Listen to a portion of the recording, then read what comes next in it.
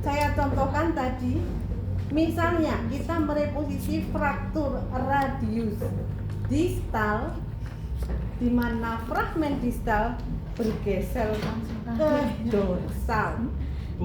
Dorsal itu berarti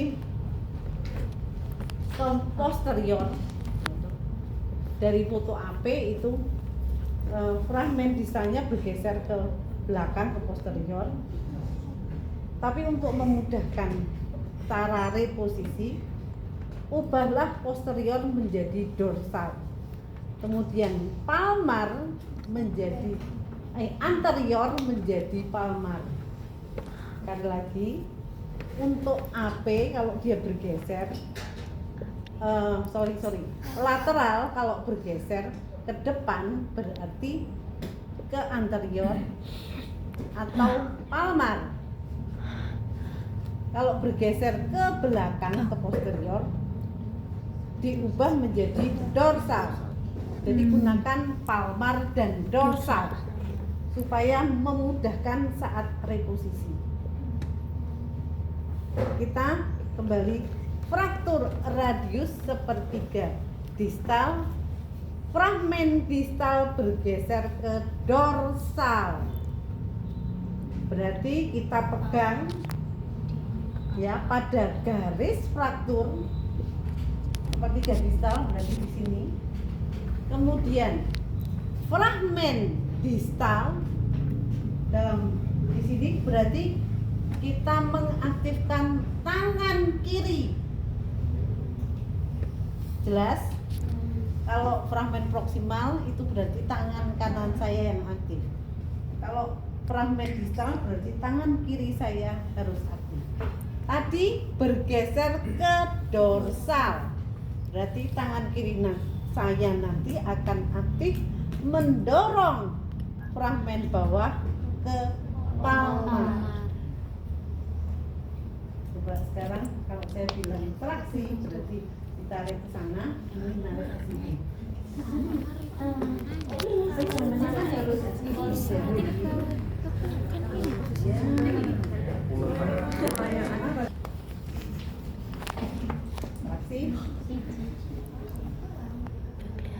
Berarti nanti saya ini nanti kanan yang aktif.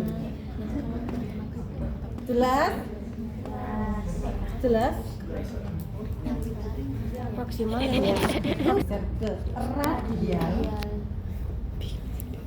Berarti saya harus mendorong ke ulnar. Jelas? Kadang-kadang pergeserannya adalah AP juga bergeser, lateral foto juga bergeser. Jadi dua-duanya. Jadi fraktur radius distal dengan pergeseran fragmen distal ke dorsal dan lateral. Berarti kita harus berpikir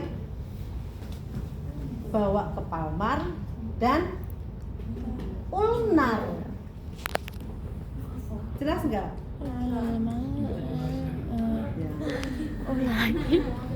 Ya. Fragmen distal bergeser ke aslinya aja ya, ke posterior dan lateral. Kamu rubah dulu posterior mana? nih. Dorsal, lateral kemana? Iya. Berarti reposisinya berarti ke arah palmar dan ulnar. Jelas? Jelas Yuti. Jadi sama saja ya. Ini misalnya fragmen distal bergeser ke dorsal dan radial. Berarti saya bawa ke tangan kiri ya.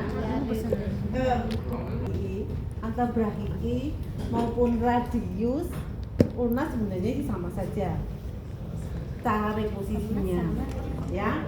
Kalau nanti terjadi fraktur antebrachii ya prinsipnya sama seperti tadi. Kalau fragmen distal, lihat yang bergeser fragmen distal atau proksimal itu akan sangat menentukan tangan mana yang aktif.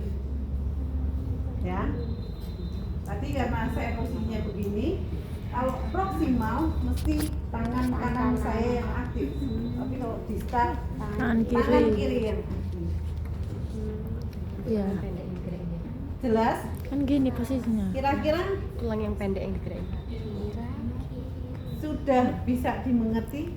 Insya Allah. Sedikit mempraktekkan. Untuk praktek mesti 4 orang. Satu sebagai model.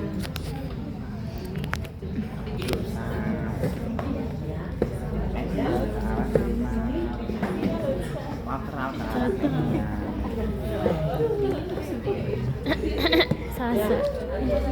Ini misalnya fraktur humerus sepertiga tengah. Fragmen proksimal bergeser ke lateral. Berarti nanti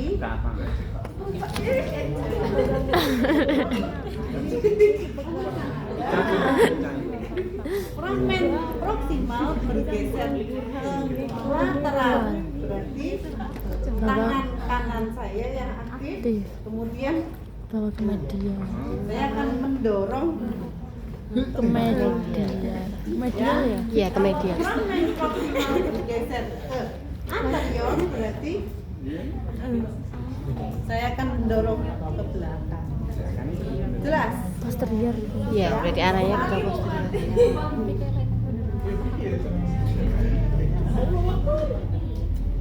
Ini fragmen proksimal bergeser ke lateral dan ke Anterior. fragmen proksimal bergeser ke lateral. anterior. Jadi traksi Ke medial dan posterior. Terus mburi.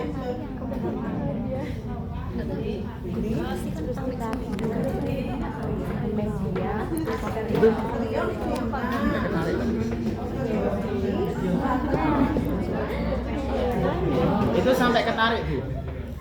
Sampai ketarik ini. Iya, kalau kruris, ya ini bisa fraktur kruris atau fraktur tibia, gampang, nggak usah berubah-ubah karena posisinya sama seperti posisi anatomi.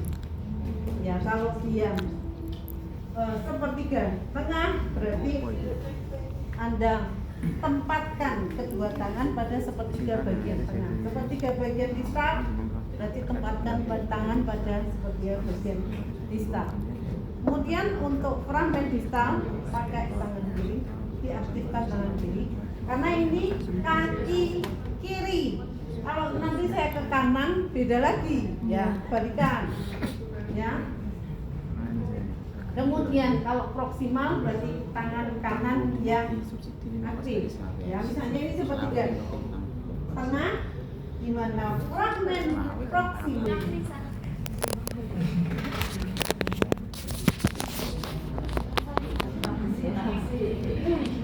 Kalau dia bergeser ke lateral, ya, berarti traksi.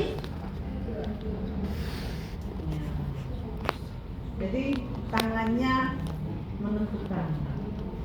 Ada yang perlu ditanyakan?